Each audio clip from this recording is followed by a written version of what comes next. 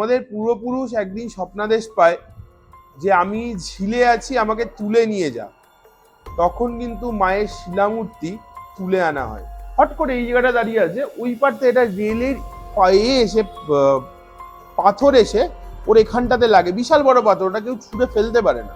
তার মানে আমিও ফেলতে পারবো না ধরুন, বা আপনিও ফেলতে পারবেন না। ওটা এসে লাগে যখন ছেলেটাকে আরজি করে নিয়ে যাওয়া হয়, যেহেতু কিছু চেনা পরিচিতি আমাদের আছে, তো আরজি করে বেড ঠেট পেতে অসুবিধা হয় না। আইসিইউ ভেন্টিলেশন, যখন ভেন্টিলেশনে ঢোকে ওনার বাড়ির লোকে যে খুব কান্নাকাটি করছে। এই যে মন্দিরটা খুব জাগৃত, কোথাও দূর যাত্রা করলে এখানে একবার বলে যাই যে যাতে যাত্রা করে এসে যাতে এখানে পুজো দিতে আসে, সেটাই লক্ষ্য। একটা ভালো যাত্রা করে এসেছি, তাই মাকে পুজো দিতে এসেছি। আবার একটা যাত্রায় বেরোবো, সেই যাত্রাটা যেন শুভ হয়, মার সঙ্গেটা মাথায় থাকে। মা খুব জাগৃত, মা সবার মনোকামনা পূর্ণ করে। হেই সকল দর্শক বন্ধুরা, তোমরা সকলে কেমন আছো? আশা করছি তোমরা সকলে খুব সুস্থ এবং খুব ভালো আছো। আজ হলো জুলাই মাসের 21 তারিখ এবং আজ বিপত্তারিণী পুজো। আর এই বিপত্তারিণী পুজো উপলক্ষেই আমরা চলে এসেছি উত্তর কলকাতার বেলগাছিয়া অঞ্চলে অবস্থিত মা ওলাইচণ্ডীতলার খুব জাগ্রত একটি মন্দিরে। জাগ্রত এই কারণেই, এখানে নাকি মা জীবন্ত। মায়ের একটিমাত্র দর্শনেই নাকি সমস্ত দুঃখ কষ্ট সব নাকি দূর হয়ে যায়। তাহলে দেরি না করে ভিডিওটি শুরু করা যাক। তার আগে তোমরা যারা আমার ভিডিও নতুন দেখছো, চ্যানেলটিকে সাবস্ক্রাইব করে পাশে থাকা বেল আইকনটি প্রেস করে দিও এবং ভিডিওটি প্রথম থেকে শেষ পর্যন্ত দেখার অনুরোধ রইল। তাহলে দেরি না করে চলো যাওয়া যাক। আমি কিন্তু এখন বেলগাছিয়া অঞ্চলে অবস্থিত মা ওলাইচণ্ডীতলা মন্দিরের ঠিক সামনেই দাঁড়িয়ে আছি। এবার তোমাদের আস্তে আস্তে মন্দিরের ভেতরে নিয়ে যাব। কিন্তু এখানে মায়ের কোনো ছবি বা ভিডিও কিন্তু তোলা যায় না, তোমাদের এখানে এসেই কিন্তু মায়ের দর্শন করতে হবে। আমি এখন এই মন্দিরে প্রবেশ করছি। এই মন্দিরে প্রবেশ করার পরেই এই বাঁদিকে কিন্তু একটি চার্ট দেওয়া রয়েছে। এখানে কুষ্টি বিচার এবং হস্তগণনা এবং অনেক রকম কাজ কিন্তু এখানে করা হয় এবং কন্ট্যাক্ট নাম্বারও কিন্তু দেওয়া আছে। এই মন্দিরে ঢোকার পর বাঁদিকেই কিন্তু মায়ের পূজা হয়। এই মায়ের কিন্তু কোনো ছবি বা ভিডিও তোলা কিন্তু সম্পূর্ণরূপে নিষিদ্ধ। এই মন্দিরে ঢোকার পর ডান দিকে কিন্তু একটি নিম গাছের গুঁড়ি আছে, যেখানে সবাই কিন্তু নিজের মনস্কামনায় লাল রঙের চেলি কাপড় কিন্তু বেঁধে দেয়। এখানে একটি অশ্বত্থ গাছ আছে এবং অশ্বত্থ গাছের নিচেই কিন্তু সবাই জল দিয়ে নিজের মনস্কামনা জানান মাকে। দেখো বন্ধুরা, এখানে কত মানুষ আজ মায়ের পুজো দিতে এসেছেন। সকলের অটুট বিশ্বাস এখানকার মায়ের ওপর। মন্দিরের একজন সেবায়েতের কাছ থেকে এই মন্দিরের বিষয়ে কিছু তথ্য জেনে নেব। আমাদের মন্দিরে এই যে আপনারা দেখতে পাচ্ছেন মা চণ্ডী, মা ষষ্ঠী, মা শেতলা, মা মনসা ও বাবা পঞ্চানন আছেন। প্রথমে কিন্তু মা চণ্ডী, মা ষষ্ঠী, মা শেতলা, মা মনসা ছিলেন না। প্রথম এখানে পুজো হতো বাবা পঞ্চানন। বাবা পঞ্চাননের কথা বলতে গিয়ে আসি, আমাদেরকে জানতে হবে বাবা পঞ্চানন কে। বাবা পঞ্চানন হলেন যে পঞ্চম মুখ দিয়ে সদাশিব তন্ত্রশাস্ত্রের কথা বলেছিলেন, সেই রূপটাকে আমরা কিন্তু বাবা পঞ্চানন হিসেবে পুজো করে থাকি। কারণ সদাশিব বলেছিলেন তন্ত্রশাস্ত্র বিহিত কলিযুগে কোনো মুক্তির মার্গ নেই। কারণ বৈদিক পুজোর যে সূক্ষ্মতা আর যে বিশালতা, সেটা কিন্তু কলিযুগে মেনটেন করা সম্ভব নয়।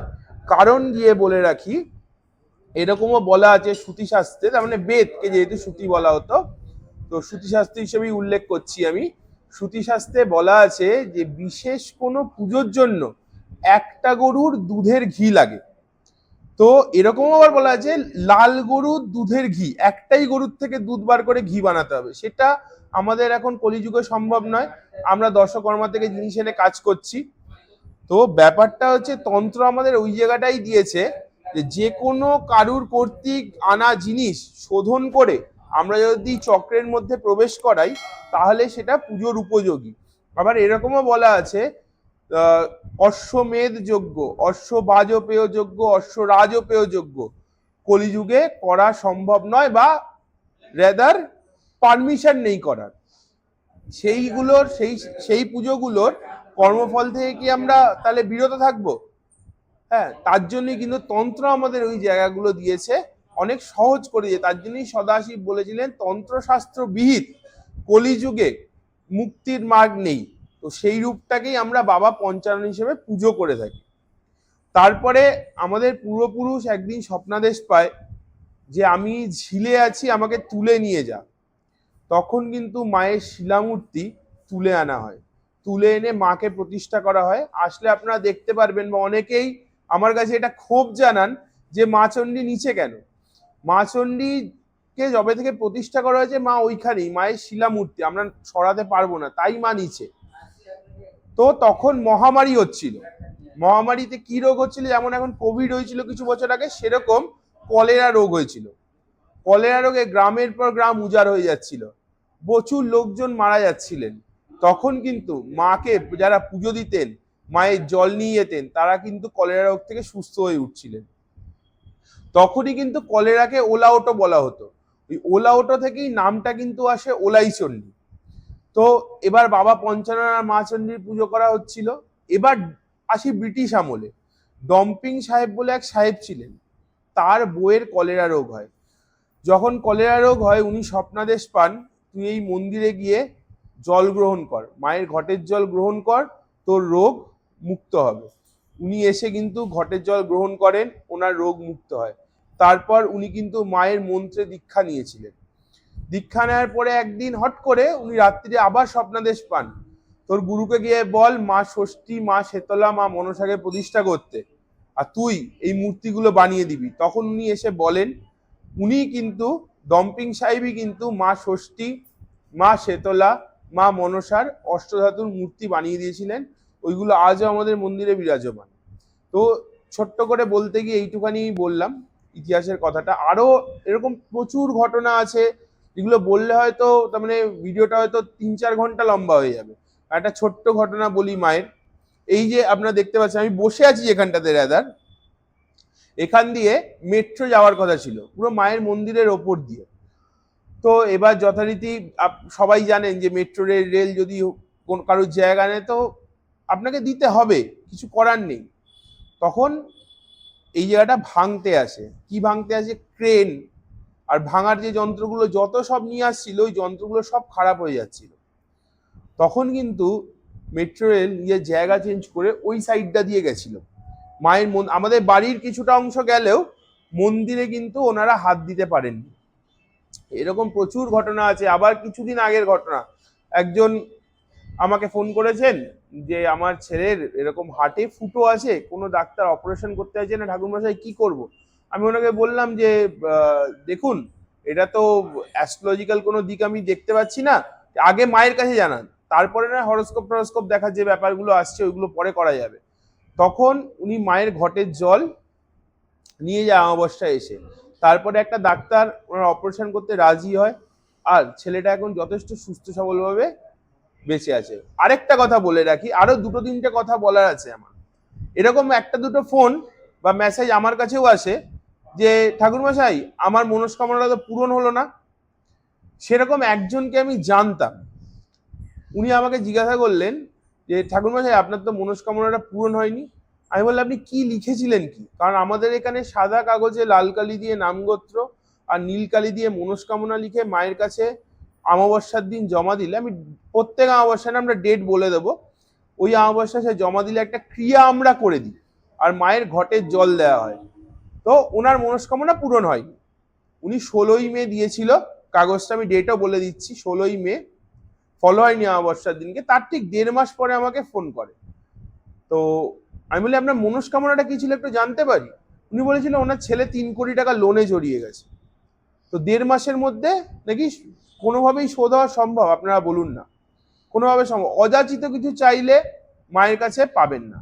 আমি বলেছি অযাচিত কিছু চাইবেন না, যতটুকু দরকার। আমি তো মনে করি আমার যতটা পাওনা না তার থেকে মা চণ্ডী বেশি আমাকে দেয়, কারণ আমার থেকেও প্রচুর মানুষজন আছেন যারা খারাপ অবস্থায় আছে। এটা ভাবুন, অযাচিত কিছু মায়ের কাছে চাইবেন না, দেখবেন আপনার যেটা খুব সমস্যায় আছেন তারা মায়ের কাছে চান, অবশ্যই মা তাদেরটা পূরণ করবেনই করবেন।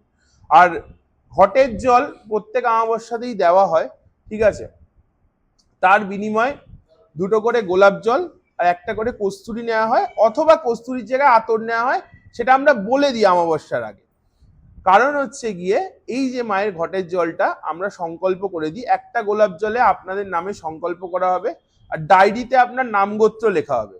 নামগোত্রটা লেখার পর আরেকটা গোলাপ জল আর কস্তুরি যে বাকি থাকলো, ওটা দিয়ে কি হবে আপনার কাছে জানতে হবে। আমি তো আর ফেলে দিচ্ছি না, বা কি করছি আমি কি করছি সেটাকে বুঝতে হবে।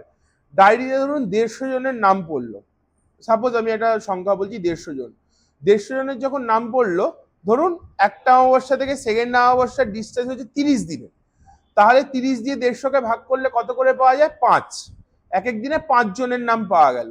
তো ওই 5 জনের নামে ওই গোলাপ জলটা দিয়ে মাকে স্নান করানো হবে, আর ওই কস্তুরীটা মায়ের গায়ে সুগন্ধি হিসেবে লাগানো হবে। তো ক্রিয়াটার, আমাদের অমাবস্যার ক্রিয়াটার একটা আছে, মানে পরপর স্টেপ বাই স্টেপ প্রসিডিওর আছে। সেই প্রসিডিওরটা কি? প্রথম সাদা কাগজে লাল কালি দিয়ে নামগোত্র আর নীল কালি দিয়ে মনস্কামনা লিখে জমা দিতে হবে। সেকেন্ড, যদি কেউ এমনি ঘটের জল নিয়ে যেতে চান নিয়ে যেতে পারেন। আর যদি সেকেন্ড ওই ক্রিয়াটা করতে হয় তাহলে কিন্তু ওই দুটো গোলাপ জল, একটা কস্তুরী অথবা একটা আতর, ঠিক আছে, সেটা আমি এখন বলতে পারবো না। ওটা আমাদের রহস্য পূজার দিনকে আমরা বুঝতে পারি কস্তুরী দেবো না আতর নেব, ঠিক আছে, তার আগে আমি আপনাদেরকে বলে উঠতে পারবো না, ঠিক আছে। কিন্তু এর জন্য আমরা কারোর থেকে 1 টাকাও দক্ষিণা চাই না। এরকম প্রচুর ক্লায়েন্টও আমার চেম্বারে আসেন যাদের কাছে হয়তো ওই কাজটা করানোর পয়সা নেই, বা অনেক দুস্থ মানুষরা আসেন মন্দিরে যাদের কাছে ওই আমাদের মতো অ্যাস্ট্রোলজারদের কাছে গিয়ে 5,000 6,000 খরচা করার মতো পয়সা নেই। তাদের জন্য কিন্তু এই ক্রিয়াটা আমরা একদম বিনামূল্যে রেখেছি, নিজের পকেটের পয়সা খরচা করে আমরা করি। তো যদি কেউ আসতে চান অমাবস্যার দিনকে, আবার 11ই সেপ্টেম্বর হবে। 11ই সেপ্টেম্বর সাদা কাগজে লাল কালি দিয়ে নামগোত্র আর নীল কালি দিয়ে মনস্কামনা লিখে নিয়ে সকাল 9টা থেকে 9টা 15-র মধ্যে ওলাইচণ্ডী মন্দির, বেলগাছিয়া ওলাইচণ্ডী মন্দিরে কিন্তু চলে আসতে হবে। জয় মা। আমি এখানে আসি, খুব ওই যে মন্দিরটা খুব জাগৃত। কোথাও দূর যাত্রা করলে এখানে একবার বলে যাই যে যাতে যাত্রা করে এসে যাতে এখানে পুজো দিতে আসে, সেটাই লক্ষ্য। একটা ভালো যাত্রা করে এসেছি, তাই মাকে পুজো দিতে এসেছি। আবার একটা যাত্রায় বেরোবো, সেই যাত্রাটা যেন শুভ হয়। মা সর্বদা মাথায় থাকে। মা খুব জাগৃত, মা সবার মনোকামনা পূর্ণ করে। সবাইকে কি এখানে আসা উচিত? অবশ্যই অবশ্যই, প্রত্যেকটা মানুষের এখানে এসে একবার হলেও মায়ের দর্শন করে, মায়ের কাছে মান্যত করে গেলে মায়ের সবার মান্যত পূর্ণ করে। এবার কি সবাই প্রতি মা কৃপা দৃষ্টি সবসময় বজায় রাখে। প্রত্যেকটা মানুষকে অনুরোধ করব যাতে এখানে এসে মায়ের দর্শন করে, মাকে প্রণাম করে যায়, তাদের মনস্কামনা যেন জানিয়ে যায়। অবশ্যই তারা ফল পাবে, কেন আমিও পেয়েছি, আগেও পাবো। সেটাই আমি কামনা করি যাতে সবাই পায়। আচ্ছা, ছবি তোলার কথাটায় আসি। তো 1980-র দশকে না, 1970-এর দশকে এক স্টুডিও ছবি আঁকতে গেছিল। এটা আমার বাবার মুখে শোনা, তার জন্য বাবাকে একবার জিজ্ঞাসা করে কনফার্ম হয়ে নিলাম আমি। ছবি আঁকতে গেছিল মা তাদেরকে আগের দিন স্বপ্নাদেশ দিয়ে বারণ করেন যে তুই আমার ছবি কিন্তু আঁকবি না, যার আমাকে দেখতে হবে সে আমার কাছে এসে আমাকে দেখবে, তাহলে তার দুর্ভাগ্য কাটবে, তার সৌভাগ্য ফিরে আসবে। তারা শোনে না, তারা ভাবে মিথ। তারা মায়ের ছবি আঁকতে যায়, যখন আঁকতে যায় না তাদের স্টুডিওটা পুড়ে যায়। তখন সে কান্নাকাটি করে মায়ের কাছে এসে আবার বলে, মা এ কি করলি তুই আমার? তখন মা বলে যে ওকে আবার স্বপ্নাদেশ দেয় যে 28টা শনিবার বা 28টা মঙ্গলবার আমার কাছে এসে ঘিয়ের প্রদীপ দেখিয়ে যা, তোর আবার সবকিছু ফিরে আসবে। সে কিন্তু আরো ফুলে ফেপে ওঠে, আরো সবকিছু, তার মানে সবকিছু তো ফিরে আসেই, আরো ফুলে ফেপে ওঠে সে। তো একটাই কথা, মা সন্তানকে শাসন করতে পারে কিন্তু কোনোদিন গর্তে ফেলতে পারে না। এটাই তার একটা উদাহরণ। কারণ মা চণ্ডী আমার কাছে, মা চণ্ডী সবকিছুতে আছেন, সবকিছুতে মা চণ্ডী আছেন। কিন্তু ব্যাপারটা কি, মন্দিরে আসতে হয় কেন? এই কারণটা বুঝতে হবে আমাদেরকে। যে মন্দিরের এই যে পুজো, আচ্ছা এই যে মন্ত্রের যে ভাইব্রেশন, এতে একটা পজিটিভ অরা তৈরি হয় মন্দিরের মধ্যে, যেটা কিন্তু আপনারা অন্য কোথাও রাস্তাতে বা যে কোনো কোথাও পাবেন না। তার জন্য কিন্তু মাকে এসে দর্শন করুন, দেখুন আপনাদের সব বাধা জীবন থেকে কেটে যাবে। মন থেকে মায়ের কাছে চান, হ্যাঁ, নিজের মায়ের মতো ভেবে চান, নিজেকে সন্তান ভেবে মায়ের কাছে দুহাত জোর করে চান, দেখুন মা দিতে বাধ্য।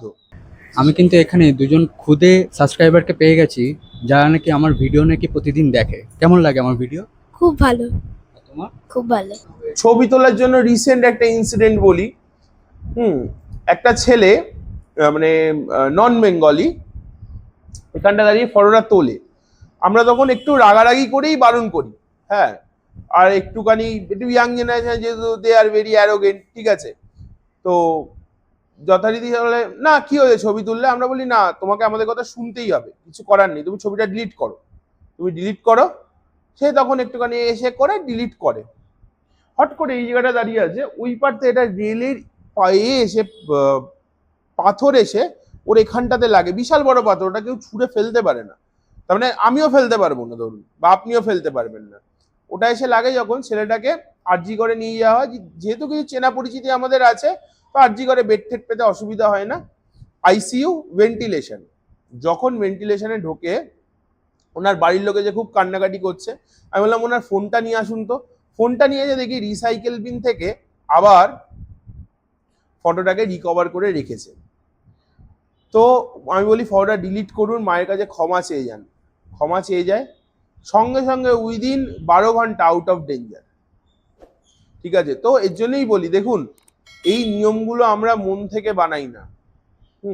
এই নিয়মগুলো কিন্তু আমাদের কারুর মন থেকে বানানো। আমার কি আছে, আমার যদি মায়ের ফটো তুলতে দিই, ভিডিও তুলতে দিই, এখন যা ফেসবুক ইউটিউবের যুগ, আমার দুটো হচ্ছে লোক জানতে পারবে, আরো আমার তো কোনো ব্যাপার না ফটো তুলতে দেওয়া।